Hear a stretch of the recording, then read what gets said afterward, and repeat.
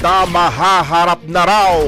Sa patong-patong na reklamo ang driver ng SUV na nanagasahuyan sa departure area ng NAIA Terminal 1 kung saan dalawa nga ang nasawi, kabilang na ho ang 5 taong gulang na batang babae.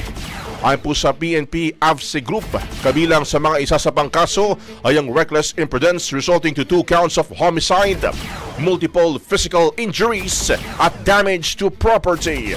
Bukod pa ho dyan, isa sa ilalim din sa drug testing at sobriety test ng driver upang malaman kung siyang araw ho ba ay nasa impluensya ng droga o nakainom.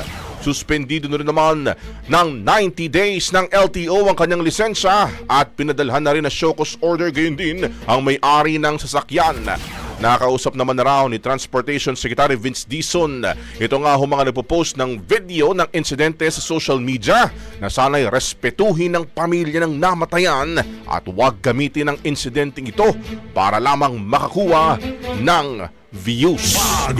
Ang bahaging ito ay hatid sa atin ng DriveMax Herbal Capsule. Lalaking angat, tumatagal.